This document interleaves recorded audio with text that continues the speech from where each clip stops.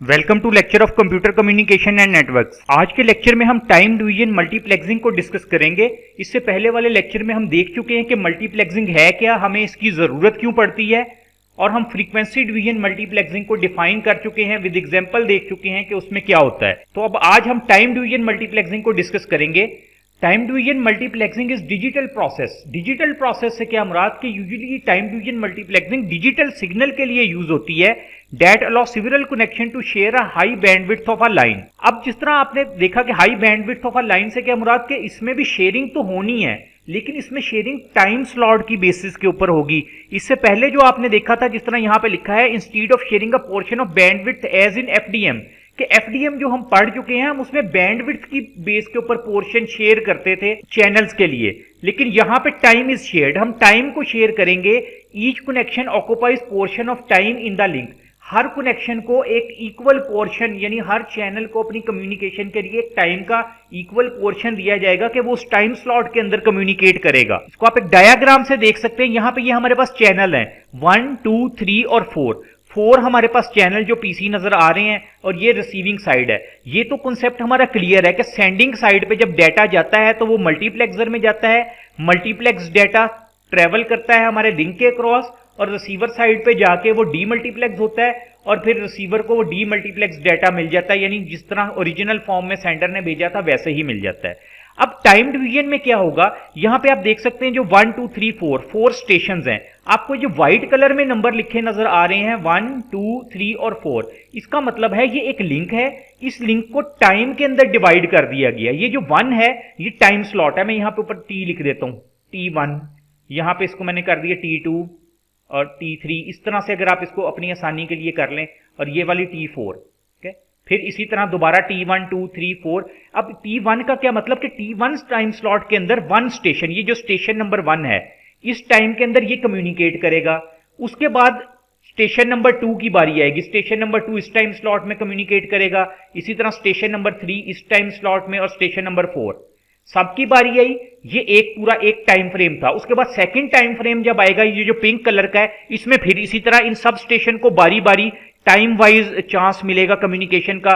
फिर जब ये दूसरा टाइम फ्रेम खत्म हो जाएगा, थर्ड वाला टाइम फ्रेम आएगा। इसके अंदर फिर ये जो येलो कलर में आपको नजर आ रहा है, स्टेशन 1 डाटा भेजेगा, स्टेशन 2, स्टेशन 3 और स्टेशन 4। बेसिकली ये टाइम डिवीजन मल्टीप्लेक्सिंग का कॉन्सेप्ट है।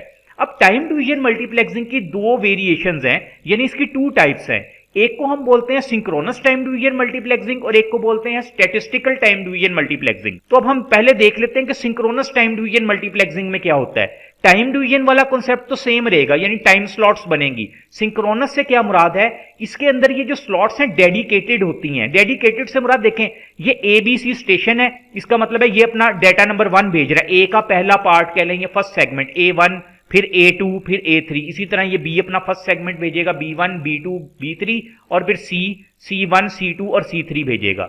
जब ये मल्टीप्लेक्स होगा, यहां पे देखें ये T, यानी एक टाइम फ्रेम, पहले टाइम फ्रेम में A1, B1, C1 का डाटा जाएगा। फिर टाइम फ्रेम अगला आएगा, उसमें A2, B2, C2 का जाएगा। अगले टाइम फ्रेम में A3, B3 और C3 का डाटा जाएगा। तो अब देखें, ये जो हमारे पास फ्रेम 1 यानी टाइम फ्रेम 1 है, A1, B1 और C1, ये जो हमें नजर आ रहा है ब्लू, येलो और पिंक। अगला टाइम फ्रेम आएगा फ्रेम 2, उसके अंदर क्या होगा, A2, B2 और C2 होगा। यहां पे बताने का कि टाइम डिवीजन में भी हमने अभी यही चीज देखी। सिंक्रोनस में क्या है कि ये जो है ये प्री असाइंड कर दी जाएगी। अगर जितने भी स्टेशन हैं उतनी स्लॉट्स यहां पे आ जाएंगे। फॉर एग्जांपल मैं कहता हूं यहां पे मेरे पास D स्टेशन होता है, D1, ठीक है। तो अब यहां पे क्या है, C के साथ एक और बॉक्स आ जाना था, यानी फिर ऐसे हो जाने थे। यहां पे ना 4 बॉक्सेस हो जाने थे हमारे पास। 4 बॉक्सेस कैसे कि एक बॉक्स A का हो जाना था, B का, C का और D का। बेशक D कम्युनिकेट करे या ना करे, प्री असाइंड ये स्लॉट्स कर दी जाएंगी। अगर कोई कम्युनिकेट नहीं कर रहा होगा तो ये स्लॉट एम्प्टी ट्रांसफर होगी। तो यहां पे ये है कि डेडिकेटेड स्लॉट होंगी। सिंक्रोनस टाइम डिवीजन में हर स्टेशन के लिए कम्युनिकेशन के लिए टाइम फ्रेम में एक स्लॉट लाजमी होगी, बेशक वो कम्युनिकेट करे या ना करे। अब स्टैटिस्टिकल टाइम डिवीजन की बात करते हैं। As we saw in previous section, synchronous time division में एक रिजर्व स्लॉट थी, हर के लिए एक आउटपुट में रिजर्व स्लॉट थी हर स्टेशन के लिए। लेकिन अब इसमें क्या था, ये एक इनएफिशिएंट तरीका था। इनएफिशिएंट से क्या मुराद कि देखें 4 स्टेशन है, हमने उन चारों के लिए स्लॉट्स रख ली। ये ऐसे ही है, इसको आसान लफ्जों में समझे, मैं कह रहा हूं एक कोई ट्रांसपोर्ट है, उसमें 4 सीट्स हैं, ठीक है, टोटल 4 सीट है मेरे पास। और मैंने क्या किया, 4 लोगों के लिए वो जगह रखी, 4 में से 3 आगे, वो जो चौथी सीट है वो खाली है। अब अगर मैं वो खाली ही ट्रांसमिट कर दूंगा, यानी वो खाली ही वो गाड़ी चल पड़ेगी, तो इसका मतलब एक सीट तो जाया हुई। तो हमारे जो सिंक्रोनस है उसमें यही हो रहा होता है। कोई अगर स्टेशन ट्रांसमिट नहीं कर रहा होता तो भी उसकी स्पेस जो है वो कह लें कि एक रिजर्व स्लॉट उसकी खाली ही एम्प्टी ट्रांसमिट हो जाती है, जिससे बैंडविड्थ वेस्टेज हो रहा होता है हमारा। लेकिन स्टैटिस्टिकल टाइम डिवीजन मल्टीप्लेक्सिंग में क्या होता है, slots are dynamically allocated to improve bandwidth efficiency, यानी कोई भी एम्प्टी नहीं होगा इसमें। किस तरह से नहीं होगा, मैं आपको नेक्स्ट स्लाइड में एक डायग्राम के थ्रू वो समझाऊंगा। In statistical time division slot need to carry data as well as address of the destination. इससे क्या मुराद है ये मैं आपको यहां पे बताता हूं। अब देखें ये सिंक्रोनस है, पहले एक दफा समझ लें दोबारा कि सिंक्रोनस में हम क्या बात कह रहे थे एम्प्टी टाइम स्लॉट की। देखिए यहां पे हमारे पास ई लाइंस हैं, आप कह लें ये स्टेशन है A B C D E. अब पहले टाइम फ्रेम में, पहला टाइम फ्रेम A1 B1 ये वाला है ना पहला टाइम फ्रेम, यहां पे मैं लिख देता हूं T1 पहला टाइम फ्रेम। पहले टाइम फ्रेम में आप देखें सिर्फ A1 B1 और D1 कम्युनिकेट कर रहा है, ये A1 ब्लू कलर में, B1 और D1। अब C और E तो कम्युनिकेट नहीं कर रहा, लेकिन आप ये जो व्हाइट बॉक्सेस देख रहे हैं जिसके अंदर मैं अब लिख देता हूं C, ये C के लिए था लेकिन ये खाली है, कम्युनिकेट नहीं हो रहा, ये E के लिए था, ये स्लॉट्स खाली जा रही हैं। तो हमने कहा सिंक्रोनस का सबसे बड़ा डिसएडवांटेज ये है, स्टेशन कम्युनिकेट करे या ना करे लेकिन उनके लिए एक प्री असाइंड एक डेडिकेटेड स्लॉट लाजमी रखी जाती है हर टाइम फ्रेम में। इसी तरह सेकंड टाइम फ्रेम देखते हैं, इसमें देखें B2 D2 E2 कम्युनिकेट कर रहा है लेकिन A पे कोई डाटा नहीं है, C पे कोई नहीं। लेकिन हम यहां पे अगर T2 टाइम फ्रेम देखें, A और C की तो स्लॉट खाली है, ये जिसमें मैंने क्रॉस कर दिया ये A और C की स्लॉट है, ये इसी तरह ट्रांसमिट होगी। अगर ट्रांसमिट होगी तो इसका मतलब हम बैंडविड्थ वेस्ट करेंगे, कोई डाटा ही नहीं भेज रहे हैं। लेकिन जो स्टैटिस्टिकल है उसमें ये चीज नहीं होती।